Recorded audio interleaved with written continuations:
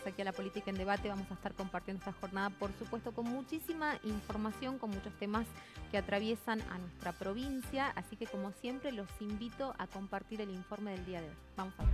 ¿Cuánto tiene el tema de la avenida de Victoria de Parlantes? No, le di todo eso, Parlantes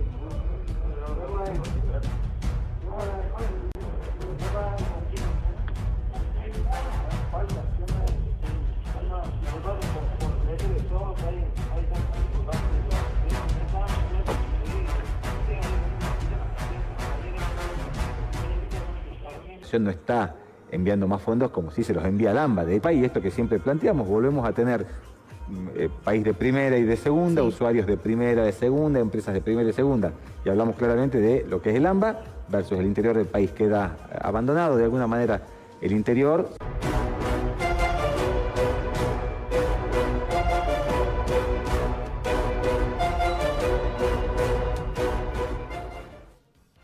Un informe breve pero muy contundente acerca de lo que está pasando, lo que se viene en unos días, la discusión por el tema del boleto, y otro, la situación que están viviendo muchísimas personas privadas de la libertad. Un informe a nivel nacional revela algo que nosotros ya veníamos dialogando. Está Rodrigo Solá aquí como representante justamente, ¿no?, de este Comité Provincial contra la Tortura. Queremos conocer estos datos y tener presentes, obviamente, que hay muchas personas, como te decía recién, que están sufriendo distintas circunstancias por estas condiciones realmente desfavorables e inhumanas en nuestra provincia, ¿no? ¿Cómo estás, Rodrigo? Bienvenido. Gracias por compartir esta noche con nosotros. Buenas noches, Mabel. Muchas gracias por la invitación. Bueno, contame qué es lo que de alguna manera se pone en evidencia de forma contundente a través de este informe a nivel nacional, que un poco expresa lo que vos ya nos venías comentando en programas anteriores, ¿no? Exactamente. Nosotros ya compartimos muchas veces nuestra mirada en relación a distintos lugares y al sistema en general de encierro de personas en Salta. Pero en esta ocasión el que ha preparado una visita de monitoreo y un informe es el Comité Nacional de Prevención de la Tortura, que estuvo una semana en Salta. Vino un equipo muy grande, eran 20 personas, pudieron recorrer toda la provincia y visitaron no solamente las cárceles, sino también comisarías, alcaldías, los dispositivos juveniles, salud mental. Entonces es como más allá que nosotros hicimos nuestro informe anual, es la primera vez que tenemos un informe completo, integral, sobre toda la situación, con recomendaciones específicas y que plantea un escenario crítico, ¿no?, en el mismo sentido que nosotros venimos anticipando desde hace un año y medio, y plantea vulneraciones a derechos humanos en todos estos niveles, en todos estos dispositivos. Entonces es una alerta, un llamado de atención para reforzar, digamos, las políticas en materia de prevención de la tortura, ¿no? Bueno, se habla de hacinamiento, se habla de superpoblación, se habla de lugares no adaptados específicamente, como pueden ser las comisarías, las alcaldías. Se hablan de situaciones de salud, de la falta de atención en salud mental, que es algo que nosotros también venimos diciendo, ¿no? Porque muchas veces el sistema carcelario pareciera, en lugar de ser un espacio de contención y de resocialización para que puedan volver a insertarse a la vida cotidiana, un lugar donde muchas veces encuentran no solamente estos problemas, sino incluso pueden llegar en esto de salvaguardar su vida a adquirir otro tipo de herramientas para delinquir a posteriori, ¿no? Sí, es muy difícil en estas condiciones que la pena pueda cumplir ese fin de resocialización sobre el que hablamos tanto, ¿no? Ese es uno de los principales puntos del informe, la sobrepoblación, que nosotros ya venimos insistiendo sobre esa cuestión, que hay alrededor de un 40% de exceso en este momento, con casos extremos como alcaldía, que tienen casi el 200% de sobrepoblación, ¿no? Y la situación de comisarías, que es como está al margen, porque aloja personas de manera permanente no pudiendo hacerlo, porque están preparadas para alojamiento transitorio. Ahora, Rodrigo, ¿qué evaluación haces vos en relación a esto y a la criminalización también dentro de lo que es la pobreza, ¿no?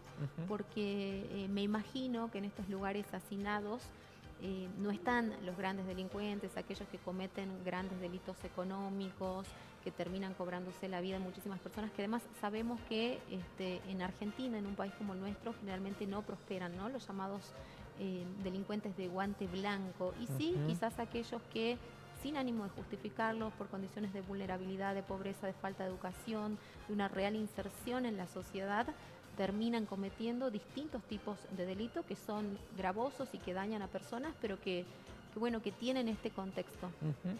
Sí, nosotros advertimos eso y entendemos que como es afuera, es adentro, ¿no? Entonces las desigualdades que existen en la sociedad se reproducen en la cárcel y hay algunos datos interesantes que tienen que ver con esto. Por ejemplo, si cruzamos situaciones de pobreza y género, por ejemplo, el informe da cuenta que en este momento el 90% de las mujeres están por causas de microtráfico, ¿no?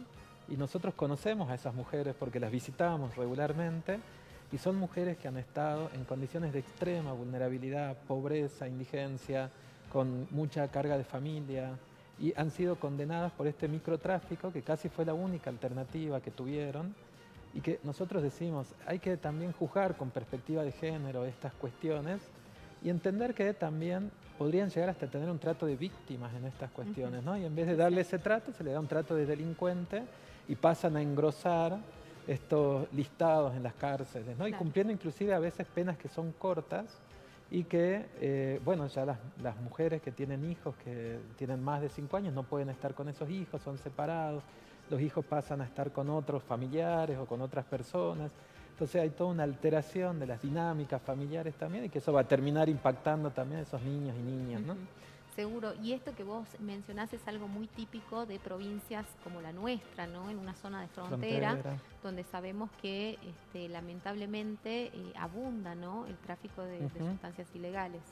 Sí, y otra cuestión también que tiene que ver con esto que decís, que el informe plantea, por ejemplo, muchos delitos que tienen que ver con penas cortas, que son hurtos, sin violencia, que tranquilamente también se podría pensar en otras medidas que puedan ser más adecuadas, ¿no? Medidas alternativas, con prisiones domiciliarias, vigilancia, acompañamiento estatal, para que estas personas que incurrieron en algún delito, pero de estas características, puedan, digamos, adecuar, digamos, sus comportamientos, sus conductas, sin necesidad de un tránsito por la cárcel, que como decís puede ser un espacio en el que pueda aprender otras prácticas, pueda, digamos, socializar con otros delincuentes y a la hora de la salida puede convertirse ya en reincidente de otros delitos más graves, ¿no? Claro, también totalmente.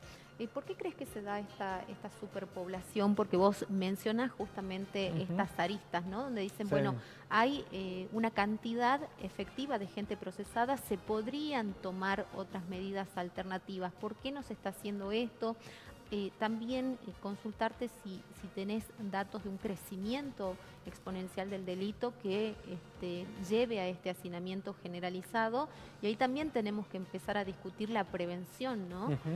¿Qué políticas públicas efectivamente se están efectuando para que contener a toda esa población que quizás está en situaciones de mayor vulnerabilidad y apela a estas conductas? Sí, nosotros en nuestro informe anual hemos hecho un análisis de los últimos 10 años y es siempre una flecha ascendente, ¿no? Los delitos nunca bajó. Esta mañana lo escuchamos al ministro Domínguez en unas declaraciones que en el último mes bajó algo de 4.000 a 3.950, que eso no había sucedido nunca, pero bueno, es algo para empezar a mirar si se está modificando esa relación, ¿no? Hay distintas causales, hay una parte que es estadística, que con los aumentos de las poblaciones aumenta proporcionalmente, no necesariamente, pero es lo que sucede. Hay algunas cuestiones que tienen que ver con el exceso de la utilización de la prisión preventiva. Entonces también uno desde el momento en que es acusado de haber cometido algún delito, la regla es estar en la alcaldía, ¿no? O en el interior puedes también estar en una comisaría. Pudiendo tener también medidas alternativas, ¿no? Esto es algo que observa fuertemente, porque este informe porque no la está prisión dirigido preventiva se aplica en casos de que se pueda entorpecer supuestamente una solamente investigación. o fugarse la persona. Claro, o profugarse. Entonces, eso es que serían las dos excepciones, se utilizan como regla y es la persona que está ahí en la alcaldía, con esa alcaldía sobrepoblada, ¿no? Pudiendo utilizarse pulseras electrónicas, tobilleras, vigilancias, otras medidas alternativas, ¿no?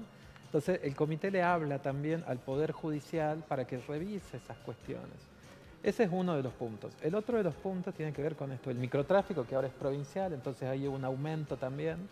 La justicia federal quizás tenía un criterio de no condenar por pequeñas tenencias. Ahora, la tenencia no es condenable, por supuesto, pero vemos condenas que es tenencia y le agregan para fines de comercialización, un supuesto fin de comercialización, y están condenados con una pena leve.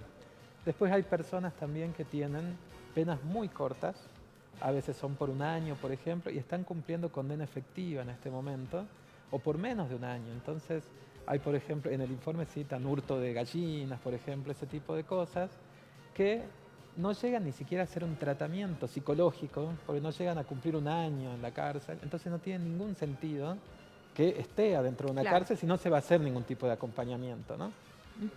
Bueno, a tener presente todo esto, ¿qué medidas se pueden llegar a implementar? ¿Cómo piensan seguir después de tener también toda esta data, ya no solamente brindada por ustedes, ¿no? Porque esto se supone que tiene que ayudar a que la provincia tenga otras herramientas y obviamente pueda trabajar al respecto. Exactamente. Nosotros pensamos que este tipo de organismos, que si bien tiene una mirada crítica, es una mirada externa, es una mirada objetiva, entonces debería ser tomado como una herramienta justamente para modificar prácticas, políticas públicas, normativas, y esperamos que se tome en ese sentido. Esta mañana tuvimos una muy buena impresión con la respuesta del ministro Domínguez, que reconoció toda esa situación, planteó algunas cuestiones en mejoras de infraestructura, avanzar en construcciones, que es solamente una parte del problema. Construir cárceles no es resolver el problema, pero entendemos que una parte tiene que resolverse, ¿no? Tiene que ser una mirada más compleja, más amplia, que involucre a los otros poderes, al Ministerio Público, a otros sectores de la población. Pensar también que no es necesariamente el aumento de la población, va a aumentar delincuencia, sino pensar también en políticas de contención social para que no se llegue a ese riesgo, trabajar lo que tiene que ver con políticas de adicciones, que sabemos que personas que tienen consumos problemáticos también terminan delinquiendo para poder acceder al consumo, ¿no? Entonces, tiene muchas aristas, pero yo creo que se las puede trabajar, ¿no? A la par de ir pensando en relación a la sobrepoblación cada una de las situaciones particulares para poder revisar, digamos, si es necesario que estén en un espacio de privación de la libertad o podemos dar un mejor tratamiento fuera de las cárceles. Bueno, nos queda el concepto entonces de lo que se ha abordado y obviamente de todo lo que se ha estado mencionando esta semana después de conocida esta documentación. Muchísimas gracias, Rodrigo. Muchas gracias, Gracias Mabel. por acompañarnos en esta noche. Pausa, quédate ahí, ya volvemos.